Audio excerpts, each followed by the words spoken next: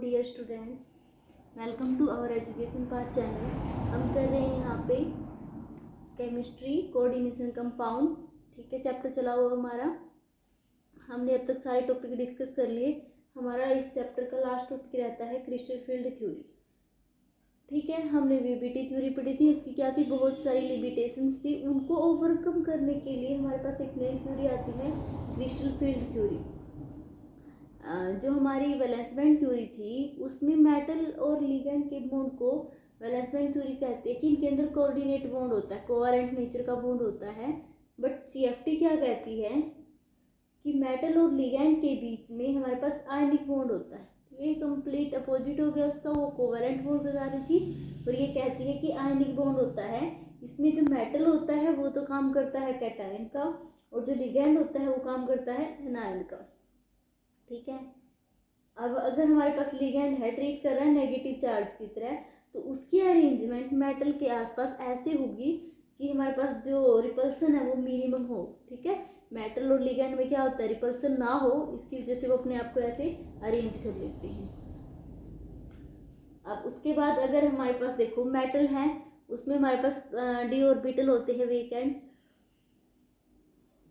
Metal के पास 5 D orbital हैं। ठीक है, पांचों के 5 के डी ऑर्बिटल की एनर्जी क्या होती है, सेम होती है जब मेटल हमारी फ्री होती है। ठीक है, फ्री आयन होती है। बट जब से ही वो लिगेंड उसको अप्रोच करते हैं, ठीक है, अगर उसको स्पेरिकली अप्रोच कर रहे हैं तो उसकी एनर्जी थोड़ी बढ़ जाती है। ठीक है, उसमें क्या हो जाता है, थोड़ा रिपल्सन हो जाएगा मेटल पे और लिगेंड्स में, तो उसकी वजह से इसकी एनर्जी थोड़ी हाई हो जाती है। बट जब जो लिगेंड होते हैं मेटल के साथ जुड़ जाते हैं, उसके बाद ये स्प्लिट हो जाता है। जो 500 के 5 डी ऑर्बिटल होते हैं, पहले इनकी एनर्जी सेम होती है, डीजनरेट ऑर्बिटल हैं। बट जैसे ही लिगेंड ने अप्रोच किया इनको, तो इसकी जो डीजनरेसी होती है वो लॉस्ट हो जाती है और इसके सेपरेशन हो जाते हैं दो उसके अंदर। ठीक है, 2 सेट के अंदर 5 में से 3 है हमारे पास ऑर्बिटल, वो नीचे आ जाएंगे, d x y, y z और जेड एक्स, और 2 ऑर्बिटल हमारे पास ऊपर चले जाते हैं, x square y square d z square. अभी 3 नीचे क्यों आए, 2 ऊपर क्यों गए, तो हमारे पास क्या होता है, जो एक्स वाई ऑर्बिटल है, वाई जेड और जेड एक्स है, इसमें हमारे पास जो ऑर्बिटल्स की लोब है वो एक्स बिटवीन एक्सिस लाई करती हैं, और हमारे पास जो लिगेंड अप्रोच करता है वो अलोंग द एक्सिस करता है। तो बिटवीन द एक्सिस है इनकी लोब, तो इनके अंदर रिपल्सन क्या होता है, थोड़ा कम होता है, इसलिए इनकी एनर्जी लो हो जाती है।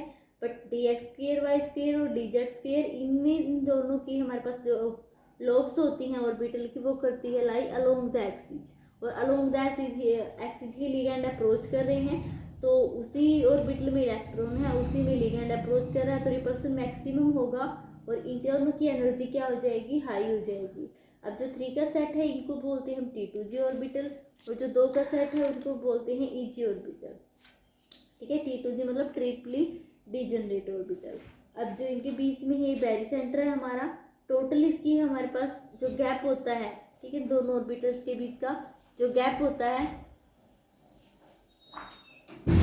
वो होता है हमारा डेल नोट। और हमारे पास जो नीचे वाला है इस पेरी सेंटर से और नीचे वाले ऑर्बिटल का, इसका हमारे पास जो डिफरेंस होता है वो होता है 0.4 डेल नोट, और ऊपर वाला है वो होता है हमारे पास 0.6 डेल नोट। ठीक है, इसका यूज़ हम बाद में करेंगे जब हम CFSE निकालेंगे।